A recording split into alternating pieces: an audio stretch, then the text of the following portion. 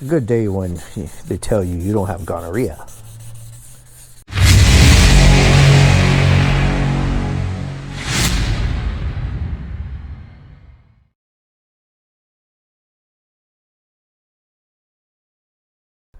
All right, now we get to start this video with something that I've been actually looking forward to now.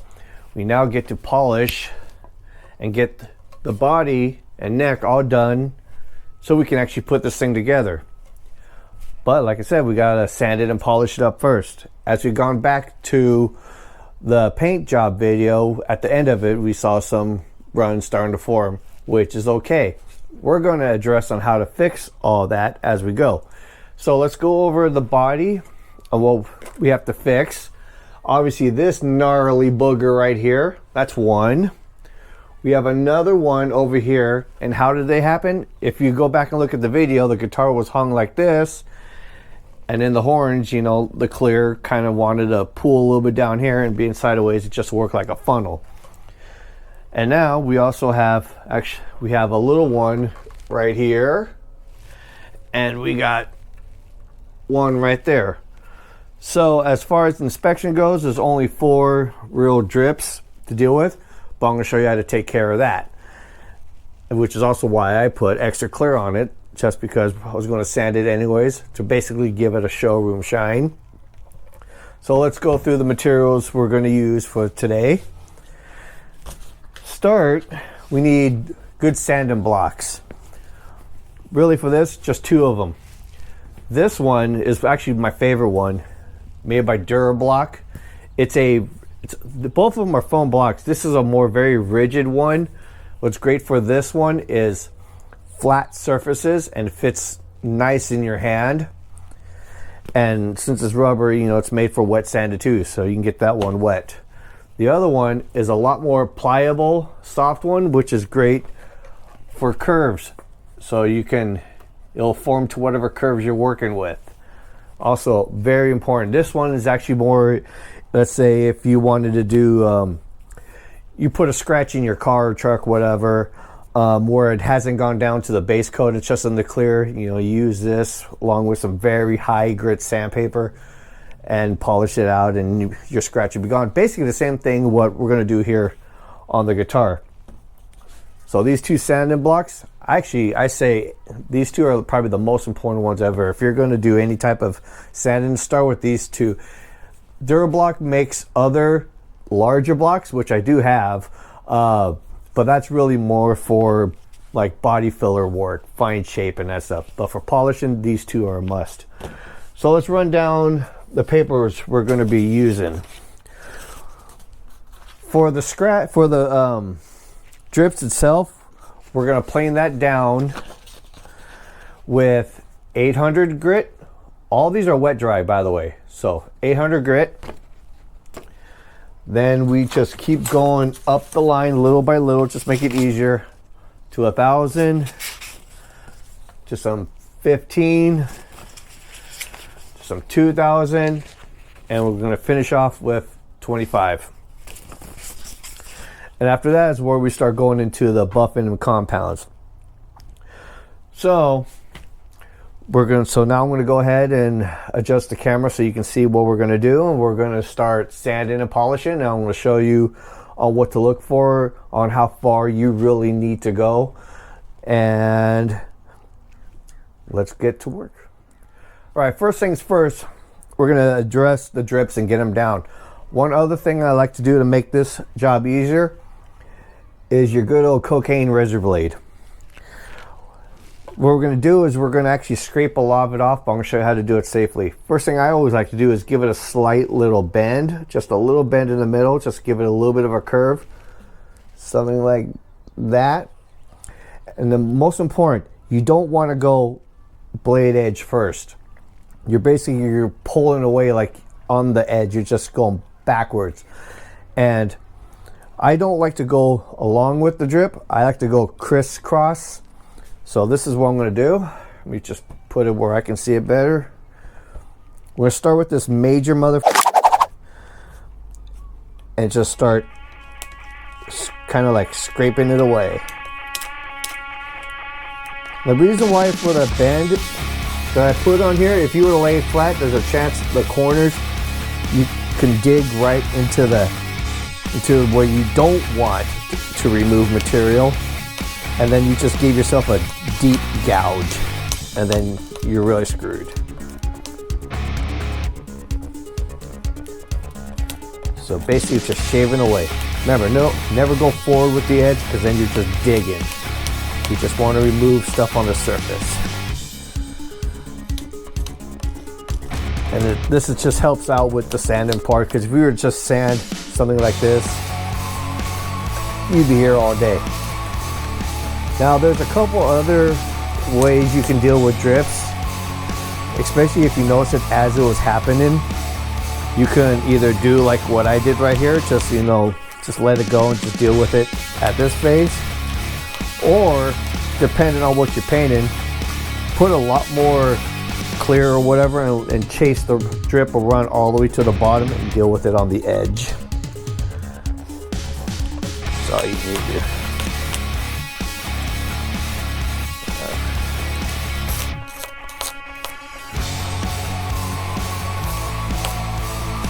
Part is can be tedious, but it's a hell of a lot easier to deal with than just trying to sand out this big. And if you wanted to sand out this big, then I would suggest actually going like maybe 400 grit, 800 grit. But you have to be very careful so you're not going into around here where you're gonna have deep scratches that you're gonna have a hell of a time working out. And you definitely don't want to get into the base coat.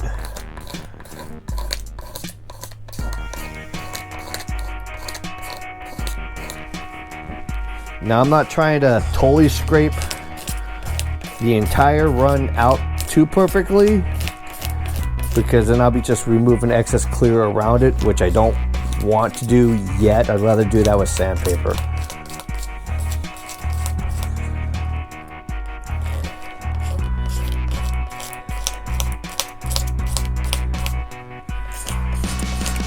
This just makes the sanding part a little bit easier. And I even noticed there's kind of like a little run on the bottom edge right here where it just kind of pulled and stopped. Probably do the same trick on that too over there. Let's see, now we're getting somewhere. We're totally getting somewhere.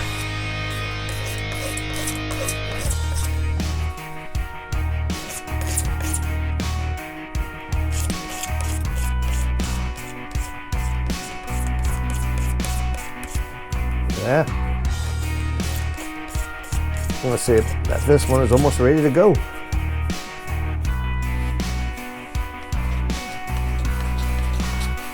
Okay, that's that one. Now we work on this one.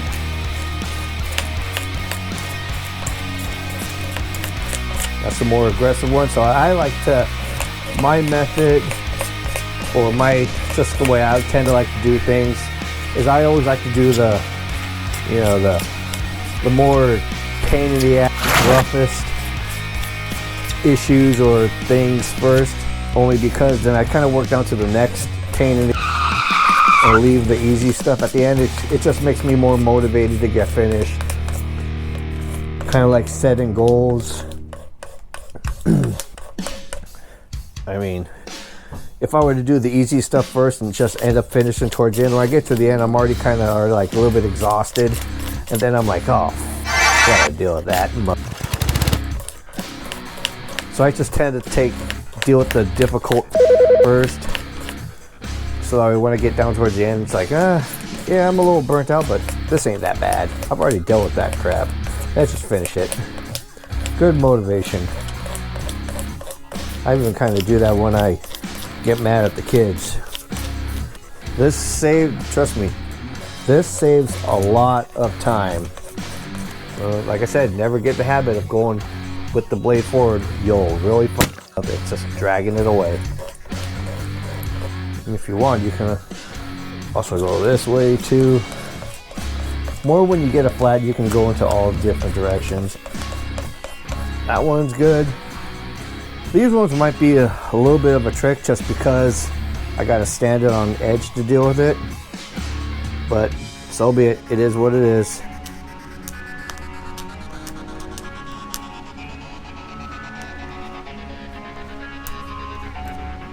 I'm almost thinking it might be worth just to do this by sanding, just because on how unstable this is. So I think I'm going to do that with that one. But here, let me just see if I can carve a little bit of this one down.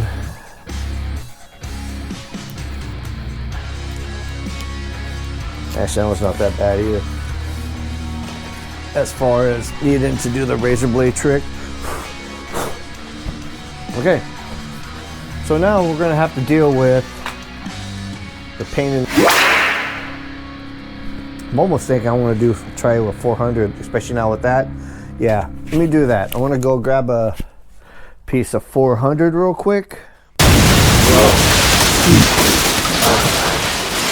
Believe me, this was a really good idea. Believe me, this is actually a time lapse worth doing.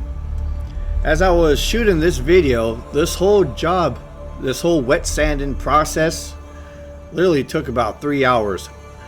And even after a bunch of editing that I did, just just dead silence, and this video was still like an hour and 20 minutes long. It's just kind of ridiculous for an hour and 20-minute video on just wet sanding. And I don't want to bore you guys to death with that.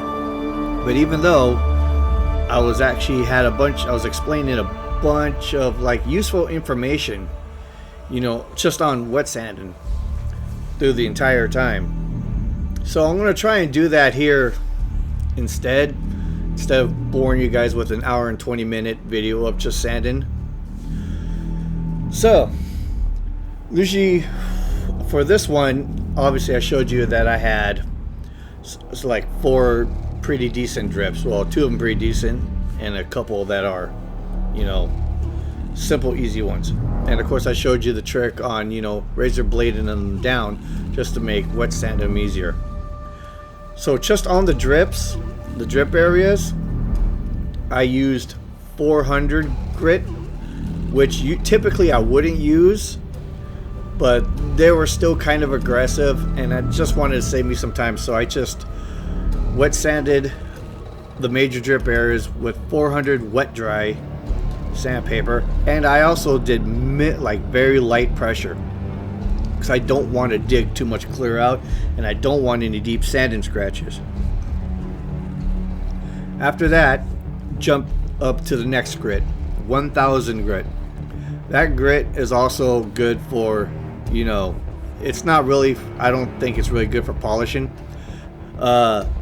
15 is like the most aggressive grit that I say is okay for polishing. 1000, it's more still cutting it down, getting any orange peel, which if you don't know what I mean by orange peel, it's a lot of clear coats can, as you lay them down, they kind of leave the texture look like the skin of an orange, so we just call that orange peel. If you have a dark color car, you might want to take a look at the paint job out there. You can a lot of them off the factory kind of have an orange peel look. It's not showroom shine, which is just super flat, which is what I'm aiming on this guitar body. So I used the 1500 grit after the 400 to work on the major drip areas, and I did a little bit of on the surface of the guitar because it was a little bit orange peel, not too bad, but enough to where okay, I need to start knocking them down. And what I like to do is, as far as the aggressive grit, is kind of go to like 95% of the way of finish. And what I mean by 95%, as you're wet sanding with a block, you're basically planing down the high spots to match the lowest, and as you're doing it, where your sanding is going to get dull, but where it's too low and the sandpaper can't reach it yet is going to leave like a shiny spot. That's just because that clear coat was untouched. It hasn't been planed down enough to get to that low spot. And and that's what the remaining 5% of the way that's going to do it is for the more finer sandpaper grits, because you don't want to take down too much, you don't want to leave too deep sand and scratches. So you're basically your 600. Well, on this case, I use the 400 to deal with the aggressive drips, 800 to fix it a little bit better, and then 1000 to get even closer. All that was really just to deal with orange peel and just bring it down to the lows, get it to the lower spots, which is also why I put a lot of clear on it anyways, because I'm going to be removing quite a bit. But even what I remove, I still want to leave quite a bit as well, just to really help the body.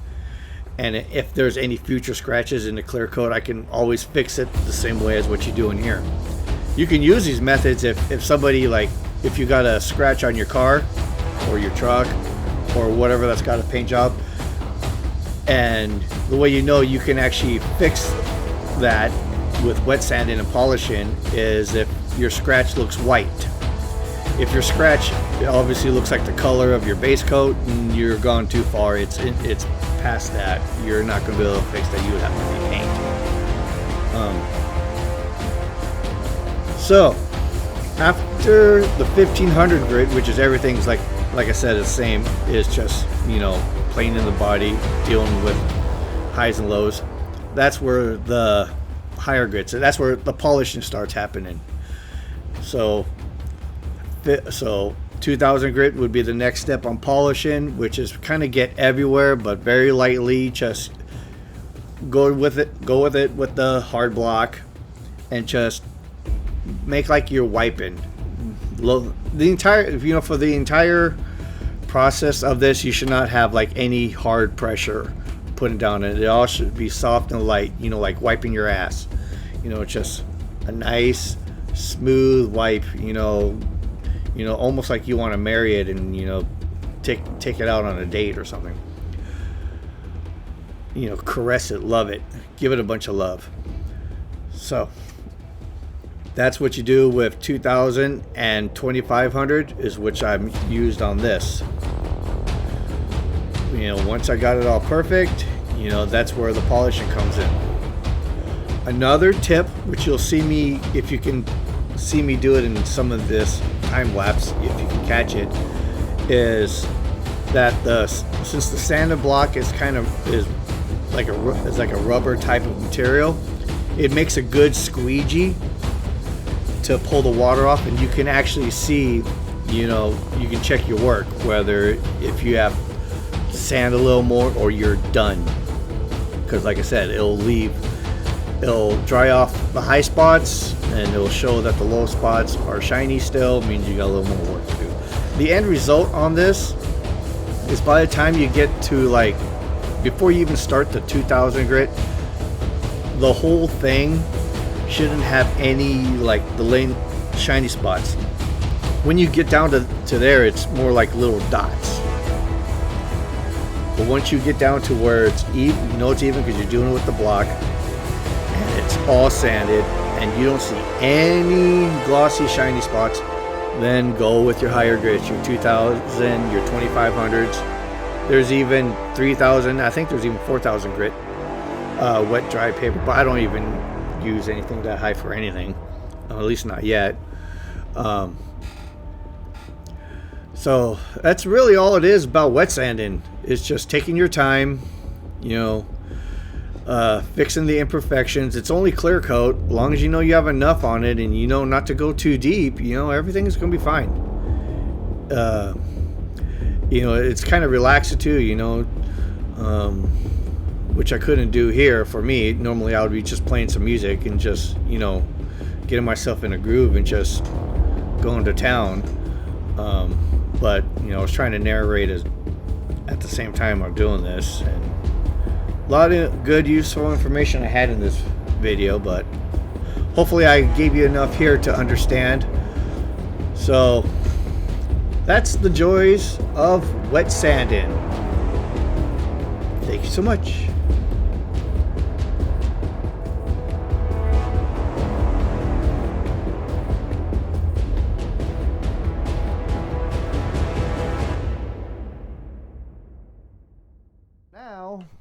Okay, now we are ready for polishing.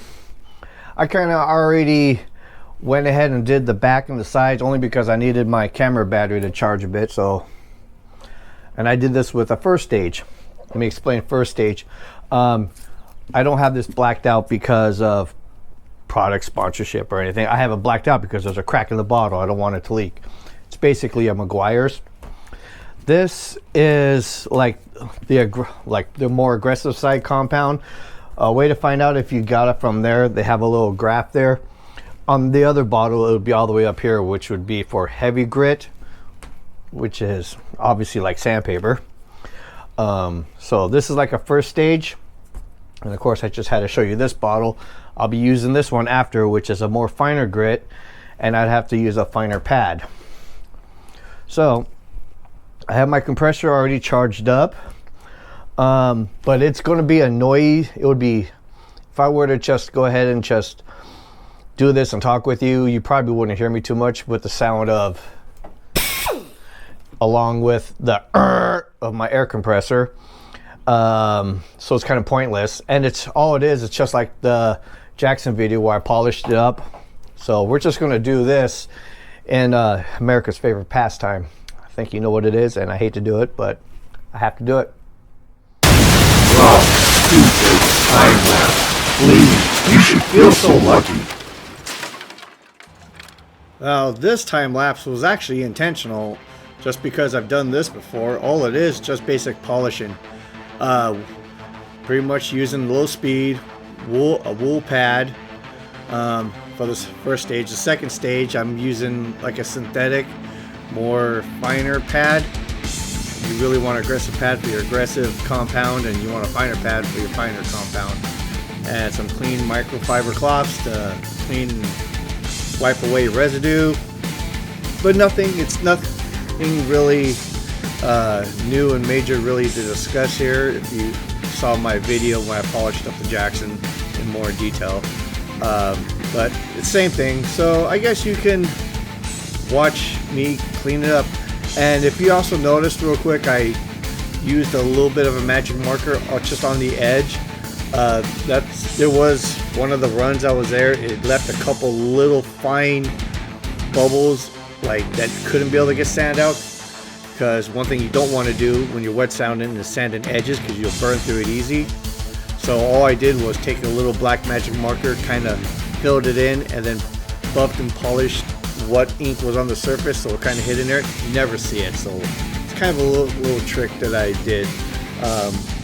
So other than that, the polishing came out good, and that's about it for this damn time lapse.